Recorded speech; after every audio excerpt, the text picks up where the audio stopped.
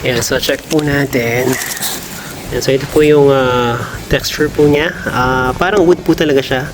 Pero hindi siya wood. Ito po yung alternative na ginagamit. If gusto niyo po talagang magkaroon ng wood texture yung flooring po ninyo. Tapos ito po itong mga materials po na to, hindi po siya ginagamitan ng grout. So parang puzzle po siya na pinapasok po lang po siya dito. Yan, WPC naman po yung ginamit po natin. Yan o.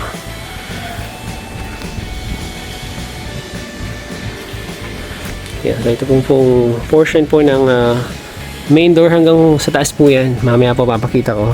Sa taas hindi pa po nalagyan. Pero from floor po hanggang ceiling hanggang dun po sa may second floor, makita po natin. Diretso po yan.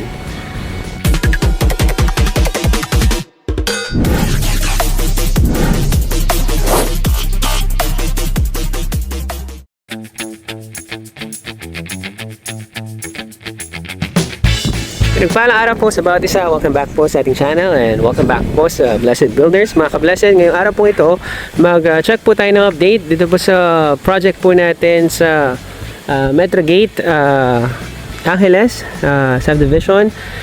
Ito pong project po natin na ito, this is a retirement house po ng mga client po natin na nasa US. Binabati po natin sila. Alam ko nanonood po sila for our update sa ating project, kasi po ito pong vlog update po na ito, mga ka-Blessed. Ito na po yung last vlog po natin before po yung house turnover, since turnover na po natin ito by next month, September.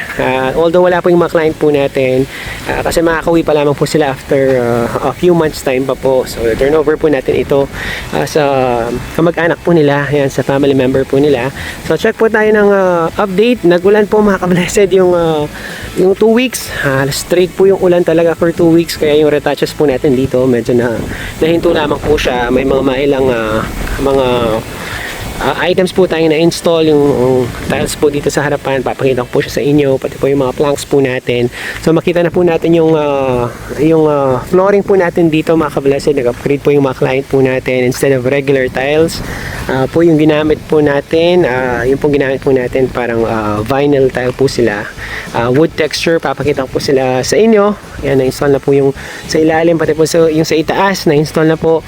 Ayan, dito naman po sa labas ongoing po yung pagre-retouch po natin sa paint po natin, yan, sa mga walls po natin, sa mga planks po natin. Yan, ongoing po yung pagre-retouch. Tapos nakapaglagay din po tayo ng tiles po dito. Yan, yun po yung tiles na ginamit po natin dito, dark gray po siya. Same tile po ng mga columns po natin, yan, sa garahe, pati po dito po sa may lanay area. Yan, makita po natin siya mamaya. Tapos another update po dito, yung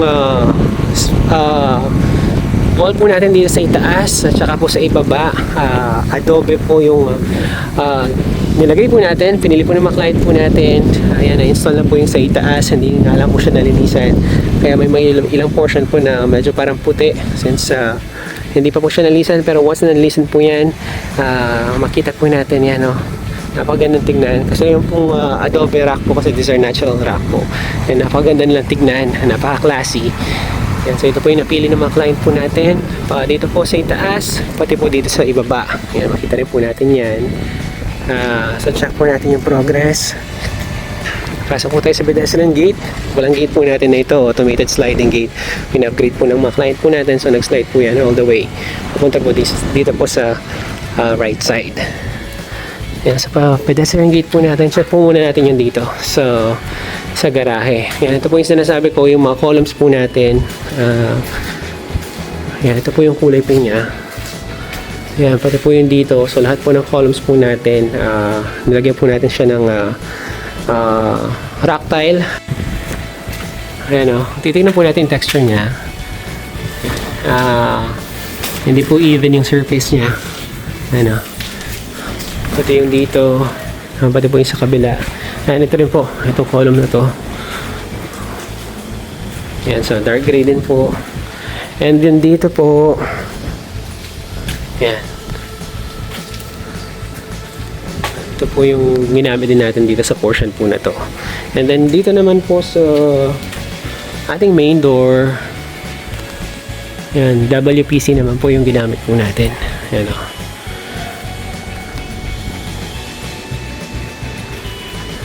Yan, so ito pong portion po ng main door hanggang sa taas po yan. Mamaya po papakita ko. Sa taas hindi pa po nalagyan. Pero from floor po hanggang ceiling hanggang dun po sa may second floor, makita po natin. Diretso po yan. Tapos dito, same tile po siya dito. Yung ginamit po natin. Tapos ito pong wall po nito, originally po painted finish po yun dito. Pero pinalagyan na rin po ng mga po natin ng adobe. So ito pong buong wall po na to. Ayan, hindi nga lang po ng Elisa. Kung makita po natin, may parang white po yung ibang mga adobe rock po natin. So once nalilisan po yan, mag-even po yung kulay po niya. Pati dito sa baba hanggang sa itaas. And then yung dito po sa walkway po natin, yan, papunta po sa likuran, meron po tayong lababo yan sa likuran, yung laundry po natin, dyan po siya malulocate sa kabilang side, check po natin. Yung pinataas na rin po ng mga client po natin ito, supposedly hindi po nakatiles yun dito, yan, pinasama na po nila, pwede po yun dito sa likuran. Yan, meron pa po tayong space dito sa likod. So ito po yung laundry po niyan. Ito po naka-provision po siya for roofing. Itong buong likuran po na ito. So magkakaroon pa po ng storage po niyan dito. Storage. Tapos itong buong area po na to. Yan ipaparoof po natin. Yung mga AC po natin na-install na rin po. Request po ng mga client po natin. Yung mga ACs yan nakalocate po dito. Lahat sa likuran. At sa ganoon po wala pong pakalat-kalat na mga AC sa gilid. Kung papansin po natin, yung ibang mga bahay po, yung AC po nila kung saan lang po yung wall ng room. Yan, dyan po siya nakalagay. Supposedly, halimbawa kung may room po dito po lalagay yung outdoor unit. Yan, pati po yung sa kabilang room, ganun din po. Pero yung dito po, na-request po ng client po natin, lahat po siya nasa likuran. Yan, although may added expense po kasi yung mga copper tubing po natin, kailangan natin extend yan para malagay po dito lahat sa likod. Kagandahan lamang po mas maglinis tignan. Yan, so lahat po ng unit po natin, outdoor unit ng mga AC, yan, nandito po lahat sa likuran. Yan, so itong space po natin for laundry, yan, napakaluwang, yan, pati po yung dito, yan, napakaluwang din po.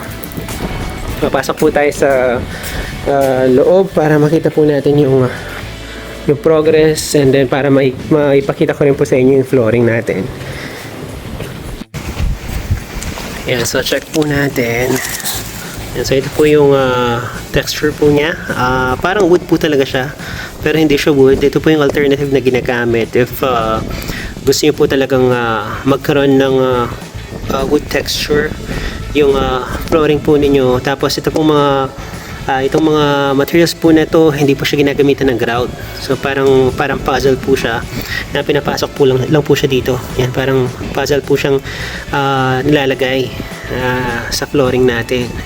Yan, ito po yung napili po ng mga client po natin. Yan yung buong floor po natin dito po sa sala. Yan,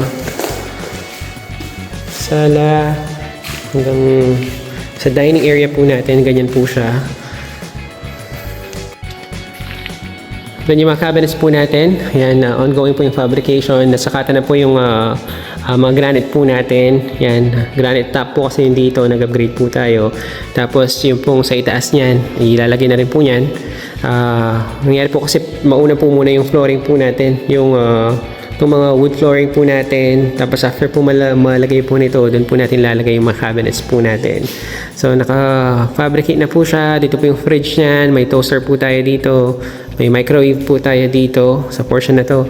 Tapos ito po yung island po natin. Yan, yung center island, meron din po siya dito. Yan, so kitchen, and then yung pong doors po pala natin. Yan, nandito na. Yan. Yung main door po natin, nag-upgrade po tayo ng door natin. Mas malaki po siya compared po sa standard door. Ano, nasa 120 po yung lapad po niya, nasa 230 naman po yung taas po ng main door po natin. Yan, tapos itong door po na to, smart lock po niyan. Papa-install na po natin yan, yung smart lock po natin.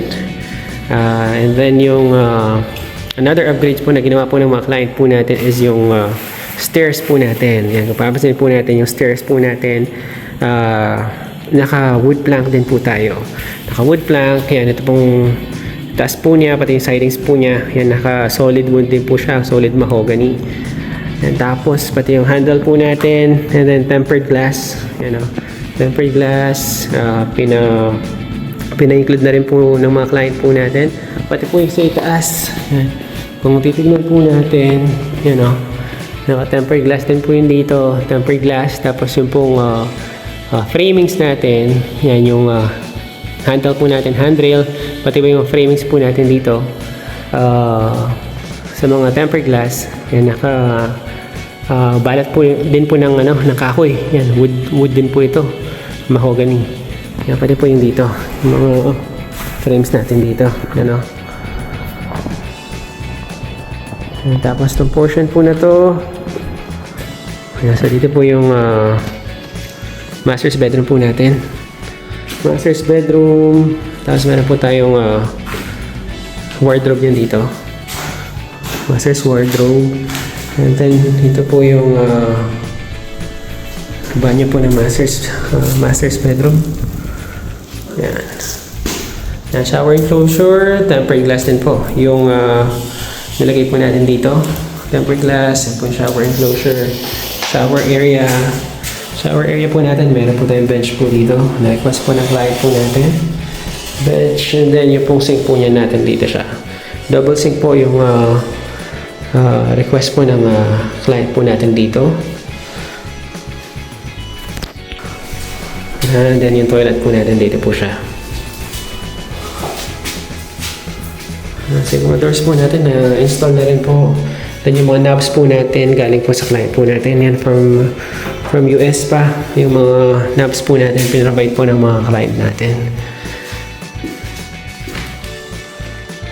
Yan, so ito po yung masters,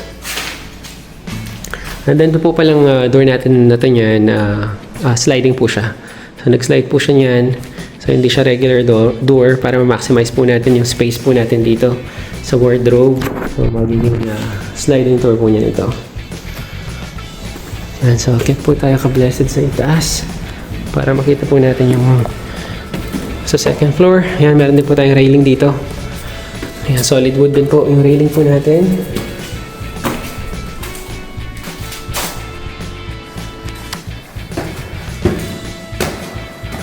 Yan, so ito po yung view po natin sa second floor.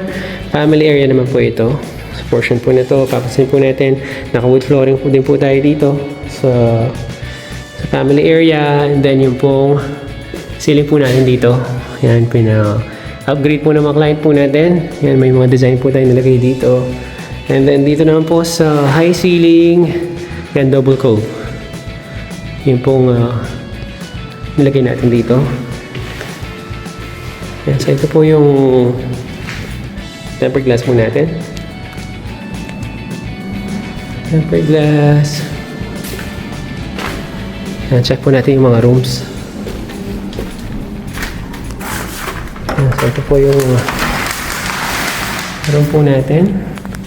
Dito po sa second floor. Yan, naka wood flooring din po tayo dito. Yan, ongoing po yung cabinet po natin dito. Yan, tapos sa portion po na to, maglalagay rin po tayo ng cabinet dito. Itong portion po na to.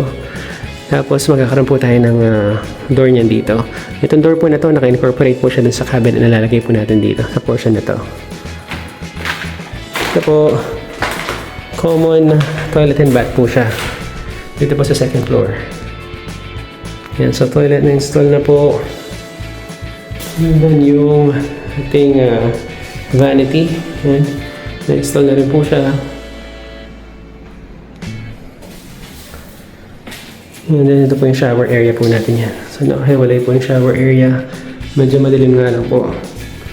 Shower area, tapos naka glass door po yung pintuan po natin dito sa shower area. Specific tayo dito.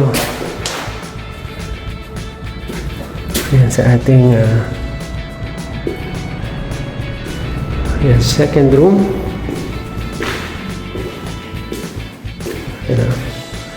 Sa ating second room ka-blessed, meron tayong yan, parang wardrobe dito.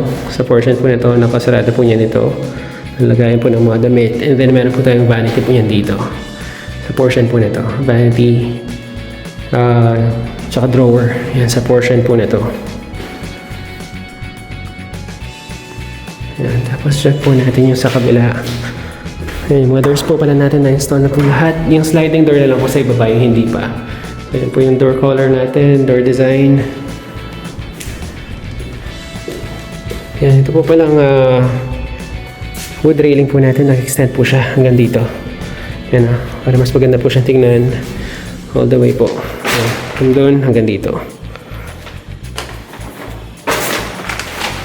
Last ka-blessed, yung mga room doors po pala natin. So, actually, lahat ng doors dito po sa bahay, in-upgrade po siya ng client po natin. So, lahat po ay solid doors. Yan. Tapos, yung dito naman po, papansinin po natin, nag-glass door po tayo dito para maging identical po sila ng mga window po natin. Yan. Mayroon po kasi tayong access dito papunta sa ating terrace sa second floor. Yan, minatch po natin yung design ng window po na to. Ito po sa fixed window siya. Yan, minatch po natin yung design niya dito sa ating glass door. Yan, para identical po sila tignan pag nasa labas po. Yan, so ito po yung door natin. Yan. Buksan po siya. Kabilaan. Pwede siyang pull, pwede siyang push. And then ito po yung ating terrace sa itaas. Ikot lang po ako para makita niya po. Tapos ongoing na rin po niya yung grills po natin. Gagawin na niya po yung grills. Since maulan po, hindi po tayo makapag-install ng metal grills. Yung request po na client po natin dito, metal grills po siya. Yan, pati po dito. So, makita ko lang po yung update po natin sa portion po na to. Yan. Naglagay po tayo ng dito, ng adobe. May adobe rin po tayo dito. Yan, adobe sa portion po na to. Tapos meron po tayong wood panel dito. Yan o. Wood panel, tapos may ilaw po niya yun dito sa portion na to. Wood panel. Yan yung pong pool natin. Yan ka-blessed, since nag-ulan po talaga, hindi pa makapag-proceed yung mga boys sa paggawa ng pool. Yan, nag-update po kasi ng materials dito. So, Kabu metals po yung ilalagay po niya dito sa top. Yan, naipon na po yung tubig sa pool. Yan, so hopefully po by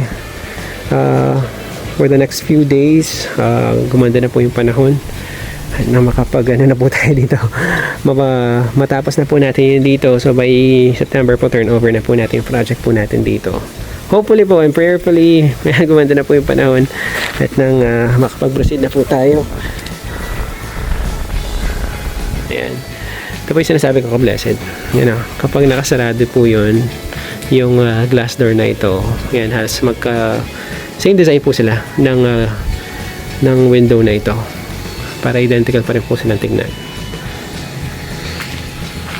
Ayan. So ito po yung view po natin. Medyo maliwalas po ngayon pero kanina medyo maulan po. So hindi po talaga consistent yung ulan at yung araw. Minsan maulan po, minsan maaraw. And tapos ka-blessed, nandito po ulit tayo sa ibaba. So ito po yung view po natin. Yan, so high ceiling. Yan, pag nandito po tayo sa baba. Yan, so ito po yung main door. Tapos meron po tayong sliding glass door po dito. Yan. Access po siya papunta sa ating extension o yung pong outdoor kitchen po natin. Check po muna natin yun dito. Meron po silang outdoor restroom po dito. Ayan o. Tapos ito po palang mga door po natin dito sa labas. Kapis door po siya. Ayan. Solid door din po siya. Tapos ito po kapis shell po siya. Nakatakip lang po siya pero alisin din po niya nito. Yan o, kapis door po yung pinili po na client po natin. And then sa shower naman po, yan, yung pong enclosure po natin. Yan, ano rin po, tempered glass din po. Yan, outdoor. And then ito po yung laundry. Nandun po tayo kanina sa parking. I mean yung side po ng parking. Yan, dito po yung meron po tayong sink po niyan dito. Tapos washing machine dito po siya sa portion po na ito. Yan, so ito po yung alfresco po natin.